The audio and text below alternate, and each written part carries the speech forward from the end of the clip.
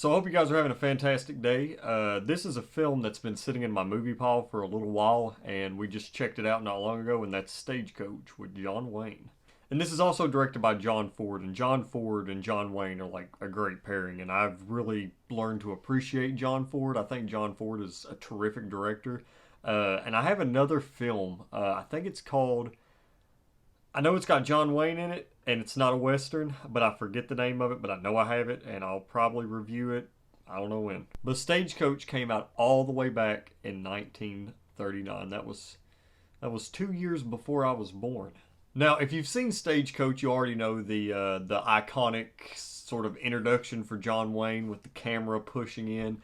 That's just really cool. It's not, I don't want to say necessarily chilling because there's nothing really chilling about it, but it is pretty exciting. And it's so weird watching a young John Wayne. I'm not sure of any other films. I know he has other films that are a lot younger than Stagecoach, but I think this is the youngest film I've ever seen him in, or like the oldest film that I've ever seen him in. Whatever. He's like, the youngest I've ever seen him in film with this film. Because whenever I watch John Wayne, I have, I like Rio Bravo, The Searchers.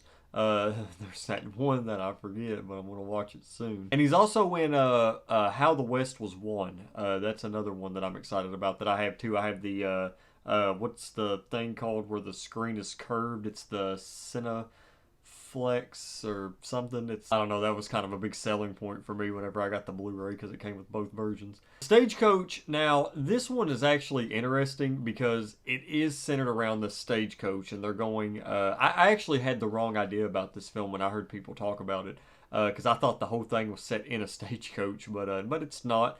They do get out and do stuff, and the dialogue is really good in this. That's one thing about westerns that I really love, and you wouldn't think that the dialogue could be so expansive in Western films because they're westerns, but I find westerns to have some of the best dialogue out of any films really, and especially in this one, and the whole story and the premise of this woman trying to find her husband, and there's this really cool sort of scene with the Indians. Of course, it's a western, and everything is just placed really nicely in this film. And I forget the guy that drives the stagecoach in this, but he's also in another film. It's The Man Who Shot Liberty Valance, and he's such a fun character. He's just kind of this goofball or whatever. But there's a bunch of different characters in this. Like you've got the drunk doctor, you got the fancy man, you got the fancy man outlaw, you have the outlaw, you've got the sheriff, you've got the goofy stagecoach driver, and you have the girls, and that's just or the women, and that's just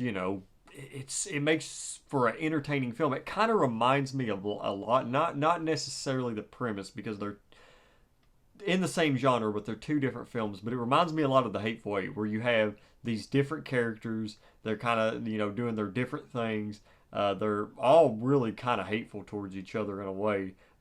Sometimes they get along, sometimes they don't. But overall, though, Stagecoach is such a good time. And if you are a fan of westerns and you haven't seen it, definitely check out the Criterion. I'm always going to recommend checking out the Criterions for stuff. But yeah, definitely check out Stagecoach. Anyway, guys, I'm going to give Stagecoach an 8 out of a 10. If you've seen it, let me know what you thought about it down in the description below. The description, I mean the comments. Anyway, I'm going to quit rambling. See you guys next time.